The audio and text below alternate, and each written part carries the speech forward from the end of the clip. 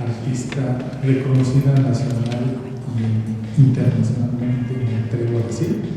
Es un gran músico y vamos a platicar de la obra, la primera obra del programa, que es el concierto para arte de los Mozart. Y va a hablar la maestra, la voy a dejar hablar a ella, le voy a hacer algunas preguntas porque también se tiene que retirar a afinar el arte. Entonces, maestra, por favor, coméntanos algo al respecto del concierto para la flauta de Mozart. Primero que nada, buenas noches a todos. Gracias por estar aquí, por tomarnos el tiempo de escuchar la previa, que yo creo que es un buen contexto para disfrutar el instrumento, para disfrutar el concierto y sobre todo este bellísimo Teatro Juárez, ¿no? El concierto para la flauta de Mozart con el cargo del Duque de Guines. Él pues era duque, pero una de sus cosas favoritas era tocar la flauta. Así que su hija estudiaba arpa y su maestro de composición era nada más que Mozart. Así que ya se imaginarán el nivel de expertise de este tipo de sociedad. Así que compone este concierto por encargo. Sabemos que a Mozart no le gustaba ni la flauta, para nada, y tampoco le gustaba el arpa. Así que le encargaron justo pues no creo que sea pesadilla, pero justo su menos fuerte, ¿no? En cuestión de gustos. Sin embargo, él, como buen profesional, hace un excelente trabajo y de hecho el concierto para arpa y para flauta es un repertorio básico para nosotros, de audiciones, de concursos, inclusive técnicamente es muy complejo también, muchas notas, encajar en el estilo. Y entonces me hace pensar como, fue estrenado en París, y me hace pensar en los escenarios parisinos, donde uno de nuestros presidentes era enamorado, fanático, que fue Porfirio Díaz, y quien cree que mandó a construir este teatro. Entonces, para mí todo embona muy bonito.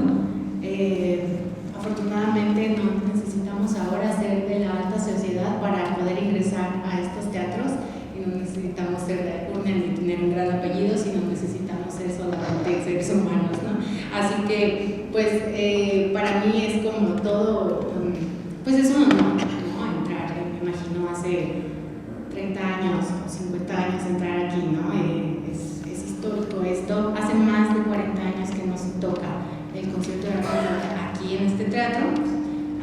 En el 2010 se tocó en el teatro principal como parte de músicos de la orquesta. Entonces, bueno, es algo demasiado bello para mí, un privilegio enorme, que también como pues músico te va cumpliendo ese tipo de metas, ese tipo de proyectos. Entonces, pues es para mí demasiado bello poder compartir con ustedes toda esa trayectoria, toda esta historia, y que puedan comprenderla también. Muy buenas tardes, Laura.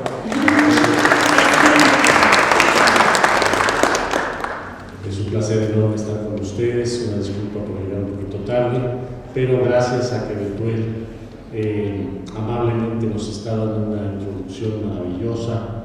Yo antes que nada quisiera compartir con ustedes que para mí es un placer inmenso poder acompañar a dos brillantísimos músicos.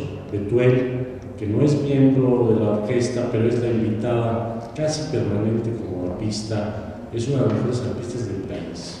Actualmente ella es miembro de la Orquesta del Desierto y pues nos honra siempre con su presencia dentro de la orquesta. En esta ocasión, la invitación que le hice fue una invitación doble. Le digo, Betuel, ¿estás de acuerdo por un lado ser solista con un concierto doble de Mozart, pero en la segunda parte un reto para las artistas, y en este caso para Betuel, sobre todo primero ser solista y luego integrarse a la orquesta para tocar las sinfonías? Es a Frank, que tiene una parte de arpa muy, muy importante. La maestra, además de talentosa, es valiente y pues aceptó esta invitación. Por otro lado, por supuesto, Laura, que no está en este momento con nosotros, ella sí es miembro de la Orquesta Sinfónica de la Universidad de Guanajuato, una flautista extraordinaria que ya ha sido solista con la USUR, que tiene una calidad artística realmente maravillosa, que las dos nos honran con su presencia y su talento para interpretar este maravilloso concierto. Seguramente después ya les platicó bastante al respecto, un concierto de 1778, de los pocos conciertos dobles que hace Mozart. Vale la pena mencionar, por ejemplo, seguramente conocen la Sinfonía Concertante para violín y viola, que es pues una de sus obras más conocidas.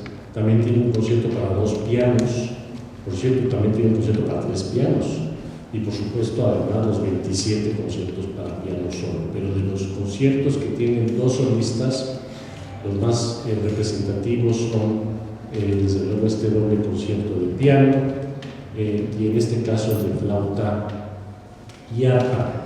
No sé si les comentó que es la única obra escrita de Mozart para pues uno de esos misterios, y son no 5 conciertos para violín, sino por lo menos 8. Son 5 numerados, pero además hay otros 3 que no tienen numeración. El concierto de Adelaida, por ejemplo, como ya mencioné, 27 para piano. Tiene un concierto para clarinete, tiene un concierto para fagot, y muchas obras para estos instrumentos, y sin embargo para el arpa, misteriosamente, pues no compuso ninguna otra obra que no fuera este maravillosísimo concierto, que por cierto su padre, no sé si ya les comentaste, que pues para impulsar a su hija arpista, invita a Mozart a realizar esta maravillosa obra. Así que, bueno, eso se trata de la primera parte. No sé si hay falta del concierto de arpa y flauta que quieres comentar. Que lo disfruten mucho, y pues ya, que voy a ir a afinar. Muchas gracias. Vamos a dejar que la canción, nos vamos relevando. Sí, así gracias. que muchísimas gracias.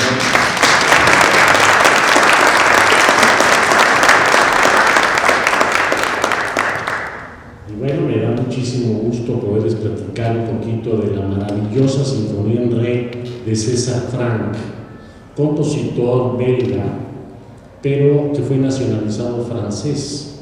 Un compositor maravilloso, organista, que hizo muchísimas obras para órgano. No hay organista que no interprete a César Franck. Y sus obras sinfónicas, las más importantes, son obras que hace al final de su vida, entre ellas esta sinfonía, una obra que empieza a componer en 1887, la termina en 1888 al año siguiente, y la presenta por primera vez en el Conservatorio de París en 1889, y de una vez termina la numeración de los acontecimientos anuales. Al año siguiente fallece, o sea que se presenta esta sinfonía un año antes de su muerte. En aquel entonces el Conservatorio de París tuvo muchos problemas, había muchos oponentes, por llamarlo de alguna manera, sobre todo a su propuesta artística. Entonces realmente no tuvo éxito el estreno de la obra, y podríamos numerar tantas obras que en el estreno no fueron exitosas. En este caso no fue dramáticamente malo, pero no fue exitoso. Otro ejemplo clarísimo, quizá uno de los más dramáticos, ya lo hemos comentado en estas pláticas y en algunos otros espacios, es la sinfonía, la ópera Carmen de Bizet, que es mucho más dramática la historia. En 1875 se presenta la ópera y unos meses después fallece el compositor.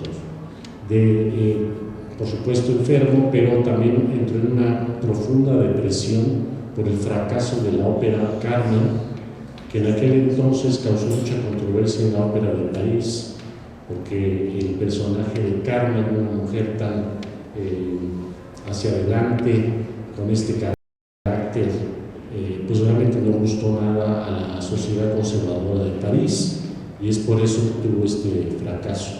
Lo más interesante de todo esto es que probablemente es la ópera más famosa de la historia. Entonces, si Bizet hubiera podido constatar que su ópera se volvió tan importante, pues probablemente hubiera estado muy satisfecho. Y así como estas dos obras no tuvieron éxito, sin embargo, de César Franck es sin duda la obra más importante sinfónica, a pesar de que en su estreno pues, no tuvo éxito. Es una obra dedicada a su amigo Henry Duparc, y una obra cuyas características y causa de la cual también tuvo tantos problemas en el estreno es la ópera francesa. Recordemos que las sinfonías en aquel entonces predominaban el formato alemán, un formato que venía claramente muy solidificado. Por supuesto, empieza el padre de la sinfonía, Franz Joseph Haydn, austriaco, pero con este formato alemán, que lo continuó Mozart, Beethoven, Schubert, otra vez austriaco, y así sucesivamente Brahms, por supuesto. Incluso Tchaikovsky, siendo ruso, utilizó el formato de la sinfonía alemana. Pero, por otro lado, empezó este movimiento de la sinfonía francesa, de otro formato distinto, que no es exactamente la misma estructura que tiene la sinfonía alemana. Caso muy similar con la sinfonía hermana o más parecida a la sinfonía de César Franck sería la sinfonía de Chausson, que es una hermosísima sinfonía también. ¿Cuáles son las diferencias más importantes de la estructura alemana a la estructura francesa y sobre todo la que proponen estos dos compositores, César Franck y Ernest Chausson? Es que son sinfonías, por ejemplo, esta sinfonía es una sinfonía en 3 movimientos. En vez de que sean 4 movimientos, son 3. Aunque habría que hacer notar que el segundo movimiento es una mezcla entre un movimiento lento y un scherzo, pero dentro del mismo movimiento. Entonces empieza toda la parte lenta y de repente, sin cambiar el tiempo, se introduce ¿qué es scherzo? Pues es un juego. Empieza a hacer una serie de variaciones en forma de scherzo y luego alterna los dos temas, el tema lento con el tema del scherzo al mismo tiempo. Entonces digamos que el segundo movimiento es como si fueran 2 movimientos en uno. Esa sería una de las características. Y la más importante es la forma cíclica. Todos estos conceptos suenan un poquito teóricos, pero en realidad no son tan complicados de explicar. ¿A qué se refiere esta forma cíclica? A que el tema que aparece, por ejemplo, en el segundo movimiento, reaparece en el tercero. Eso no pasa en las sinfonías alemanas. En la estructura de un primer movimiento, por ejemplo, allegro, un movimiento lento, el scherzo y un finale. Pero no esto de retomar temas que están entremezclados, por ejemplo, en el segundo movimiento, 2 veces aparece el tema del segundo movimiento. Entonces, por eso es cíclico, son como temas que aparecen y desaparecen de forma cíclica. Esas serían las características que hacen la diferencia entre la sinfonía francesa de la sinfonía alemana. Otra característica de esta hermosísima sinfonía, por cierto, su única sinfonía, es la orquestación. Es una orquestación muy característica que yo los invito mucho a imaginarse el sonido del órgano. Es una estructura distinta, una orquestación. Por ejemplo, van a notar como las trompetas, que son 4, normalmente en las sinfonías son 2 trompetas, a veces 3, aquí son 4, y muchas veces las trompetas están haciendo la melodía con los violines. Eso es totalmente inusual en una orquestación tradicional. Entonces, la forma en la que orquesta, cómo mezcla los instrumentos los unos con los otros, hace que sintamos cómo es un compositor organista, que es lo que básicamente fue durante muchos años. Y otro compositor que también fue organista es Anton Bruckner. que también se nota mucho en su música. Entonces, la característica predominante de esta sinfonía es esa orquestación que nos recuerda o nos hace evocar o recordar lo que es un órgano. Entonces van a escuchar el poderío de la orquesta, una orquestación hermosa, una sinfonía realmente bellísima que no se comprende cómo no tuvo mucho éxito al principio, pero es la obra que lo hizo famoso al compositor.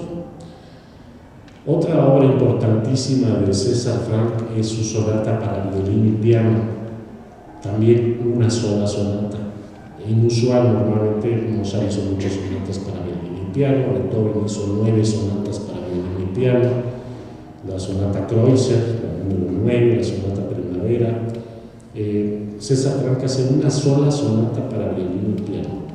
Pero ¿por qué la menciono? Porque no hay violinista y pianista que piensen hacer un recital de sonatas para violín y piano y no conozcan la sonata para violín y piano de César Franck.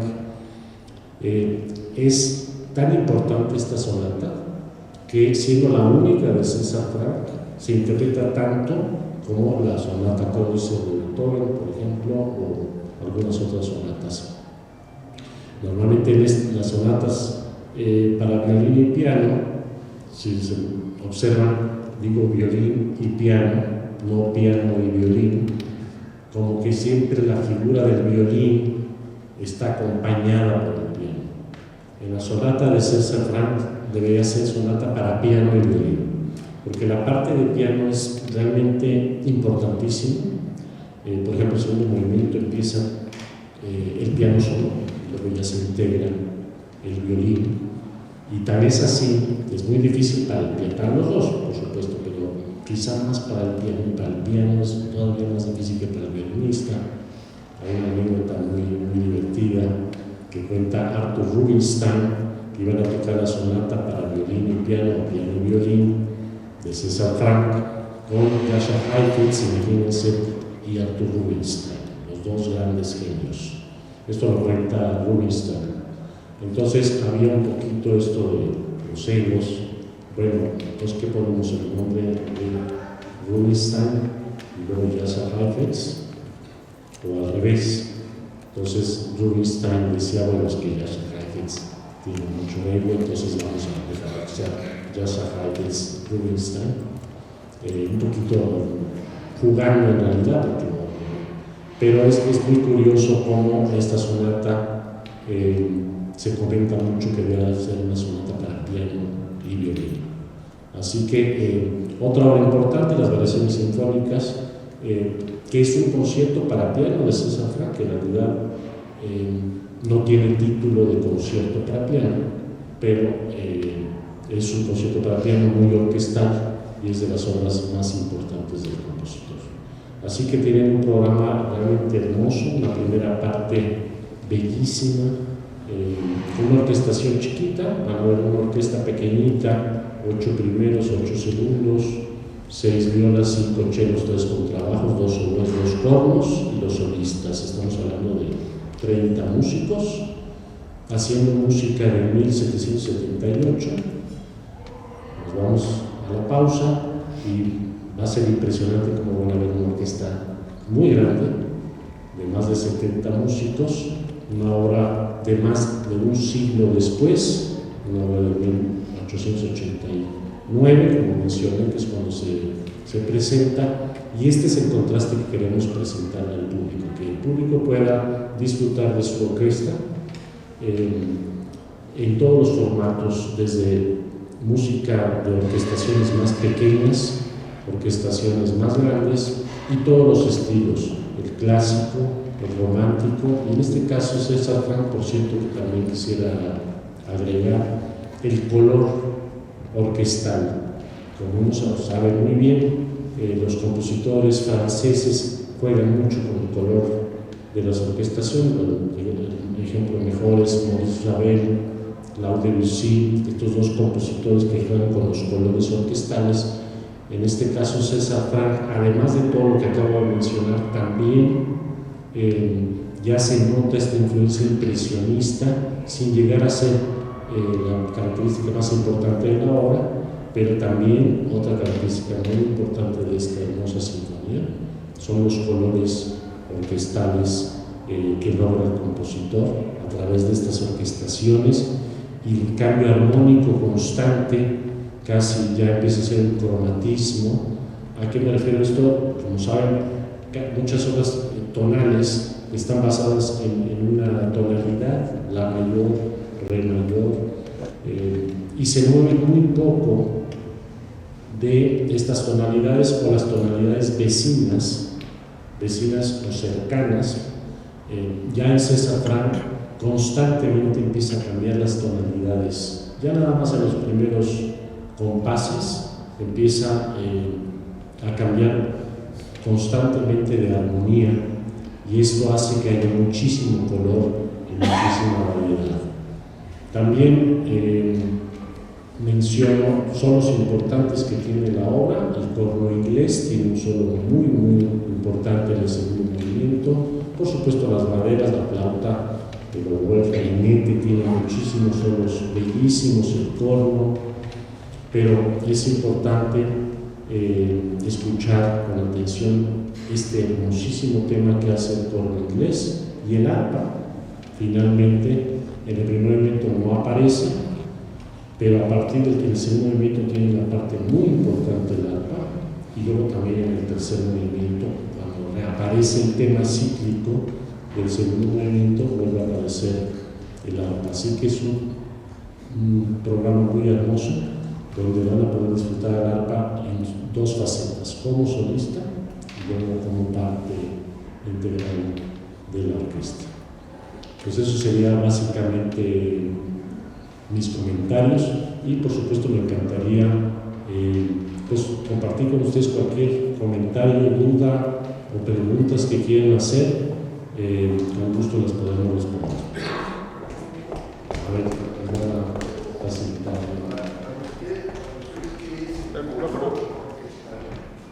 ¿Qué es el color orquestal? Bueno, es muy buena pregunta.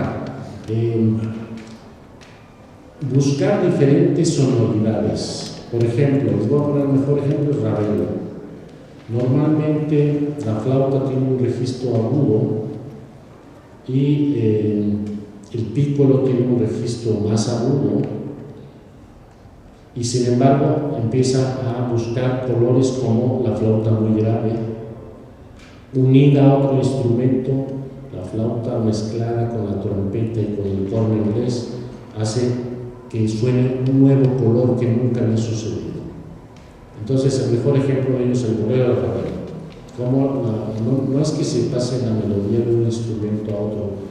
Al principio, por supuesto, la flauta, después el clarinete, pero después empieza la mezcla de estos instrumentos, que llega un momento en que dice uno, ¿qué instrumento es ese? Y no hay manera de identificarlo porque son tres instrumentos, por ejemplo, de tal manera superpuestos que hacen un nuevo instrumento, entonces un nuevo color. Entonces eso es lo que hacen los compositores impresionistas, buscar sonoridades nuevas a través de la mezcla de los instrumentos o de los registros que normalmente hacen. Carlos Chávez, compositor mexicano, poniendo a los chelos tocando agudísimo o a los contrabajos y viceversa. Entonces esto es lo que le da color a la orquestación en las obras.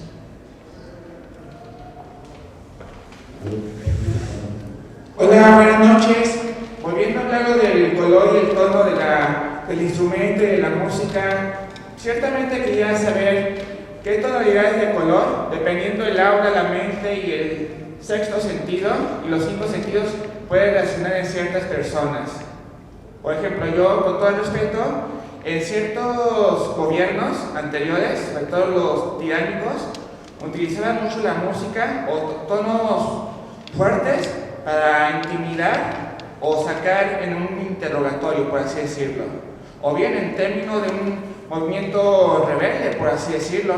Por ejemplo, volviendo a la época de Francia, en la época de la Revolución, como los franceses pobres decía, no, pues la música de barroca, la música instrumental es de la gente rica. Y entonces dije, no, pues vamos a marchas rebeldes, revolucionarias.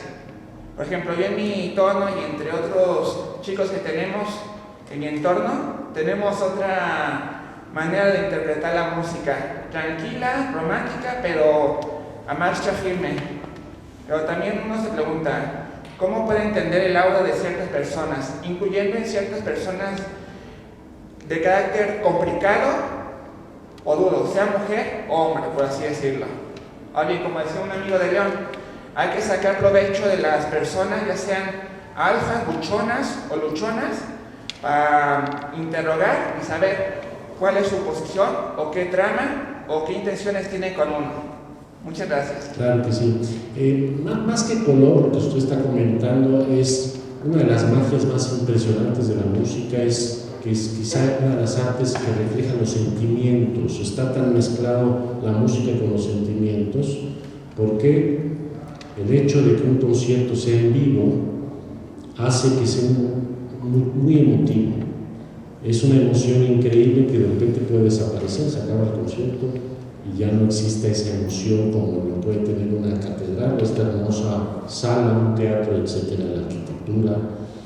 Toda la música va muy de la mano de los sentimientos y efectivamente muchas veces estos sentimientos evocan estados eufóricos, por ejemplo, o revolucionarios o intimidatorios, efectivamente. Muchos ejemplos en la historia de la música los hay. Hay música que está inspirada por la guerra, la obertura 1812 de Tchaikovsky, que refleja la guerra entre Francia y Rusia, o por ejemplo la Sinfonía Heroica de Beethoven, que refleja la época de la Revolución Francesa, o la música de Wagner, que aunque Wagner no la concibió como tal, después fue utilizada por los alemanes para mover los sentimientos más profundos del ejército alemán. Entonces esto hace notorio el poderío que tiene la música para este tipo de sentimientos, tanto pacíficos, emocionales, románticos, por supuesto, o también con una connotación política de libertad o de triunfo o de guerra. Entonces es impresionante la cantidad de guerra en el mundo, por ejemplo, pero además de música inspirada en la guerra. Entonces eso sería lo que podría yo comentar en relación al comentario que nos acaba de hacer. Brevemente, en la historia de la música, ¿qué compositores fueron los que se considera que influenciaron a César Franck? ¿Y qué paradigmas de su música contemporánea viene a romper? ¿Y se pudiera hablar de una escuela a partir de César Franck? Bueno, yo creo que lo más importante de César Franck es su propuesta de la sinfonía cíclica, desde luego. Esta parte de color que estamos ya mencionando, con la fuerte influencia de Debussy, que después varios compositores franceses continúan, ya no tanto en el formato de sinfonía, porque la sinfonía en el siglo XX cambia mucho. Realmente la sinfonía moderna del siglo XX, el gran representante, por ejemplo, Sostakovich o Prokofiev, ya son propuestas más modernas. Entonces, lo que logra César Franck en la influencia de los compositores, de otros compositores, es sobre todo la parte de la orquestación. Lo que hablábamos de esta manera de orquestar distinta a lo que normalmente estamos acostumbrados, y esa es la parte más relevante de César Franck, y sobre todo para los organistas. Como ya había comentado, no hay organista que no haya pasado o que conozca a profundidad el repertorio de órgano del compositor. Bueno, vamos a dar por terminada la charla para que el maestro se pueda preparar para el concierto. Les agradecemos nuevamente su participación.